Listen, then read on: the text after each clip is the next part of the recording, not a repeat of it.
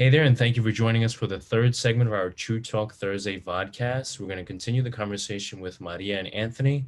But before we do so, if you like what you hear and want to learn more about issues centered around education, please feel free to subscribe below or tune in next week, Thursday at 7 p.m. Thank you. So, Anthony, we left off on what we have come to know because we are of a different generation and have talked about, how we came up the system. And we have now a generation where they're growing up with the internet. And we haven't been able to keep pace as far as curriculum is concerned in a whole lot of areas. But one in particular is the accessibility to the internet and how to use it, technologically responsibly, right? And you mentioned about being able to discern fact versus fiction, reliable, this versus just conjured up because this is what I think. Those two pieces of being able to really define where your sources are coming from, but more importantly, because typically, we used to just put kids in front of the TV screen, and we have bodies that were approving what kids could watch, right? And we even have, protections or controls on how to monitor what our kids watch on those TVs. It's a little different play when you start talking about kids, utilizing anything off their phone, getting into the notion of likes and where that takes kids mentally. It's always about what are they able to comprehend and really feel comfortable using at a certain age in their development, right? And I wanted to continue that chat because we've been a part of ISC and those different kinds of organizations where they often talk and hold conferences centered around that. Why do you think it's been such a hit and miss in the education system as a whole? Yeah. One, Maria, I'm just going to remind you, none of these were in the prep questions that you gave me. It's like, I don't know where these are coming from, but I'm gonna. You're the one who triggers that. Yeah, I'm gonna be winging these.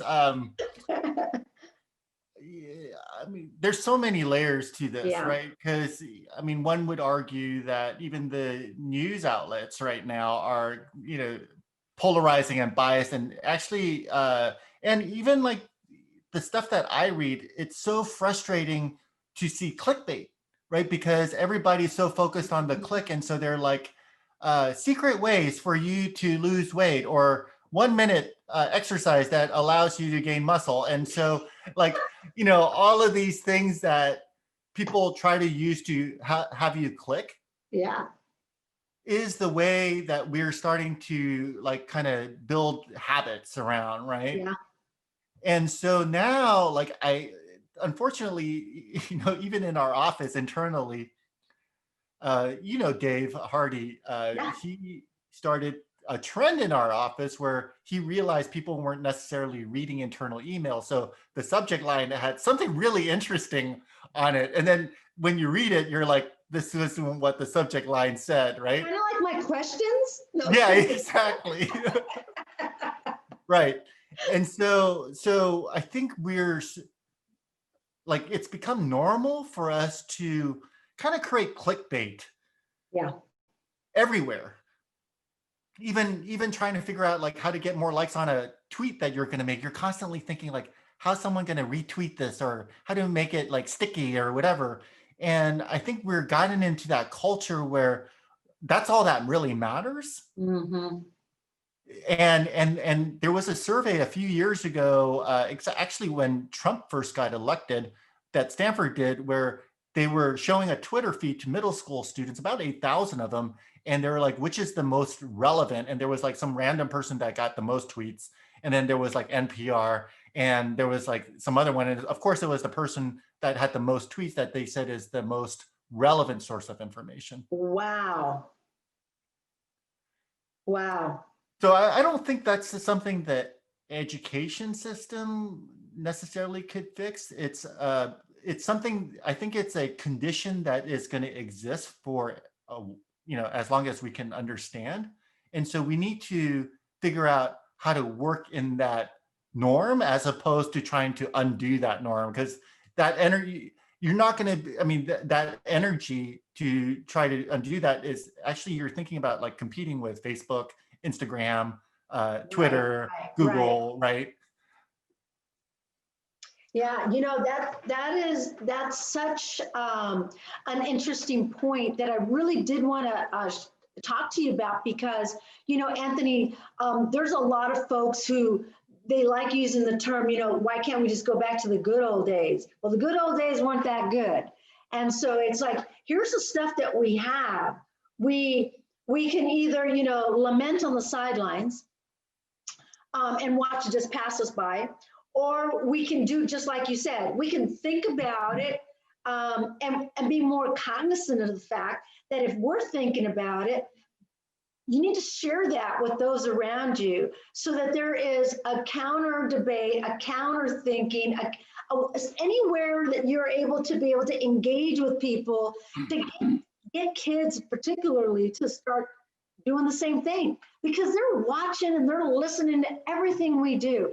And if we're sitting there doing the selfie or doing the, adhering to the clickbait, like you said, they're watching and they're doing the same thing, so it's like, how do you use any avenue that we have, whether it's an opportunity in education or whether it's, like what we used to teach kids, stranger danger, don't take candy from a stranger. All those kinds of little things that we laugh about now are no different, that we can actually invent those kinds of behaviors and practices for these kinds of issues.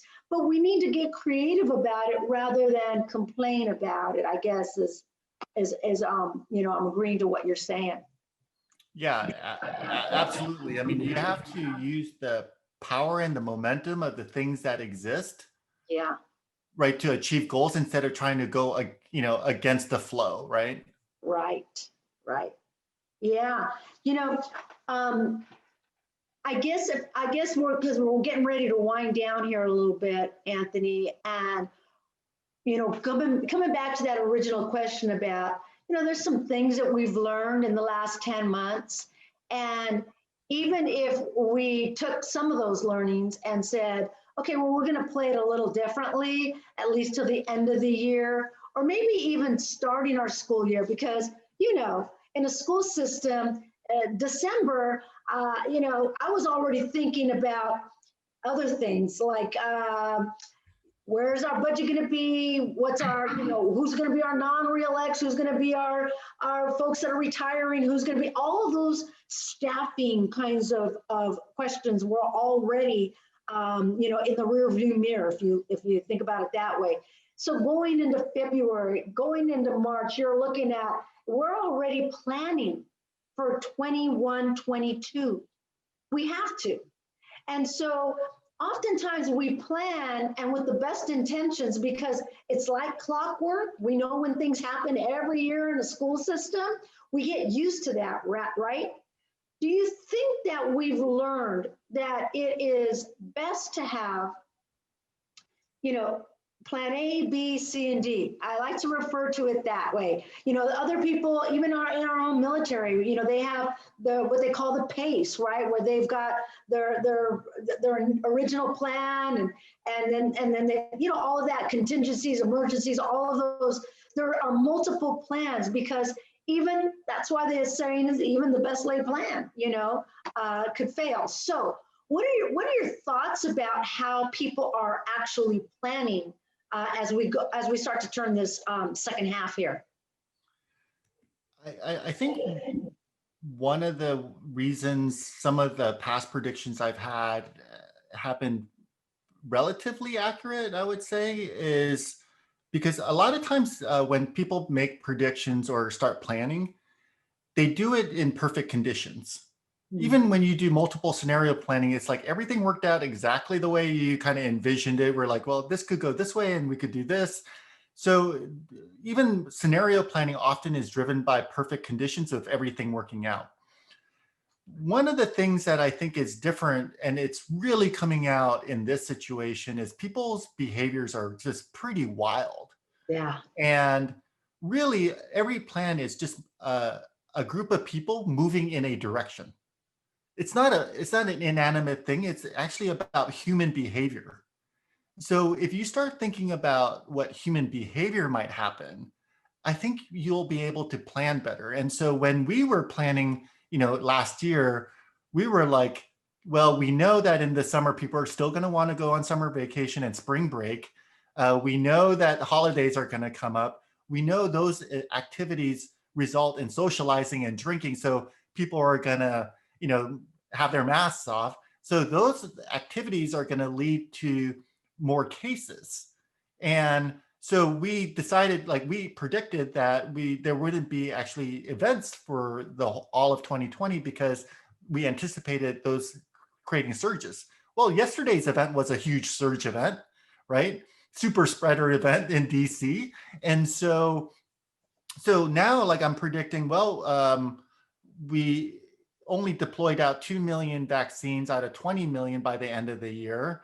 We had multiple kind of events that created more spread. We're out of capacity in ICUs and hospitals across the country. Because we under-ordered vaccines, like the next batch isn't going to be released until July, right? And that's still not going to, and then there's still a question of whether you want to take it or not. So all of that is going to lead to this human behavior, I think, that's going to be a little bit unpredictable.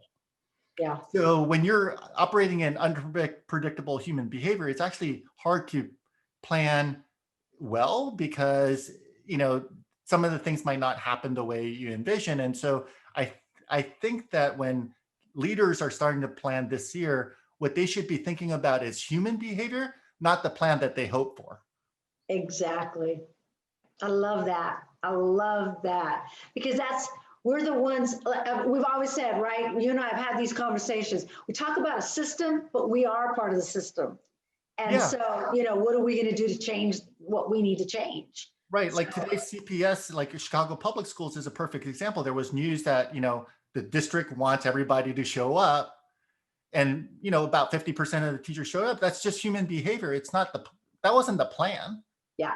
Right. And so they might have done scenario planning where they were like, 100% would show up, 50%, 1/3, 0. Right. But it wasn't, I don't think some of the time that they spent in planning some of those things might have been well used, because I wasn't there, but might have been well used because we kind of know human behavior. There's going to be large segments of people that just aren't going to show up because they don't feel safe. And there was indication of that way before they started planning. That's right. That's right. So, in your write-up, I did read that. In your write-up, you talk about certain predictions. Out of those, which one would you say you feel really strong about? And maybe you can share a little bit with the audience, just a couple of what were on your list, and then which one do you feel really strongly about? Yeah, so there were 5 predictions. One was we're just not going to have conferences for the rest of 2021. I think I feel pretty strongly about that one. I know for sure, at least it's going to be at least through Q3, right? So maybe until October, we're not going to see like large in-person conferences. Then I also said, 75% of our meetings will continue to be on a Zoom-like platform through 2021. I kind of see that happening. The next ones are more like less obvious for folks. So I said, we're going to start questioning efficiency over effectiveness, right? And what I meant by that is, like, right now we aim for efficiency a lot. We're like constantly like, how do we make our current system more efficient in schools or whatever? And it's more like, are we even doing the right things to make them efficient? Yeah. Is the question we need to ask, right? Because we're putting money and resources and effort into something that might not get the result that we want. And I think we need to start asking that question. And so that's more, I guess, like a hope than a prediction, but I think it's going to come up more often. The fourth one was there's going to be a need for more teaming, and teaming is going to result in better learning. And so, that's kind of tied to my book, New School Rules. But what we found from what we experienced last year with districts is like when they were doing return planning and organizing, they actually worked as teams pretty well. Mm-hmm. And that team effort allowed them to make these nimble type adjustments that districts never thought they could do. For decades before, they were like, we can't do online like that during a snow day, right? So all of a sudden, like this teaming effort allowed them to do things that they couldn't imagine they were able to do before. And I hope that continues. And then finally, I think what we're learning is like we started out is like parents got way more educated on what education looks like, way more educated on the impact of education and what their role should be versus what the teacher's role should be or what the school's role should be. And so I do think there's going to be greater demand for options and a louder voice, because now they're used to screaming and yelling for what they want in terms of opening and closing. And so now they're just used to it. And so you're going to hear more voice from families and communities. Absolutely. Absolutely. I love that. Well, I'll tell you, you keep your crystal ball nice and shiny, and we're gonna make sure that we take a look at this the same time next year, right? Because according to Anthony, we're gonna ride this one out. It's gonna be there for a little while. And for all of you who thought that we were gonna be jumping into the hybrid, I know I did. I think that was part of that wishful thinking, right? We all have that, but the hope, I think, is greater that we get to a point where, you're right, Anthony, we've got to all feel comfortable about the safety of everyone. This is not just a school thing. This is not just a business thing. This is a planet thing. And so the behaviors that we encourage or engage in obviously play a significant role in how we're going to see this out. So I just want to say, we could talk all night, right? But we're going to cut it for tonight. And before we sign off, though, I do want to plug and remind everyone that it is 2021. We are going to continue with our conferences. They're just going to be in the Zoom room. And so we have one coming up in a couple of weeks, the January Educational Conclave.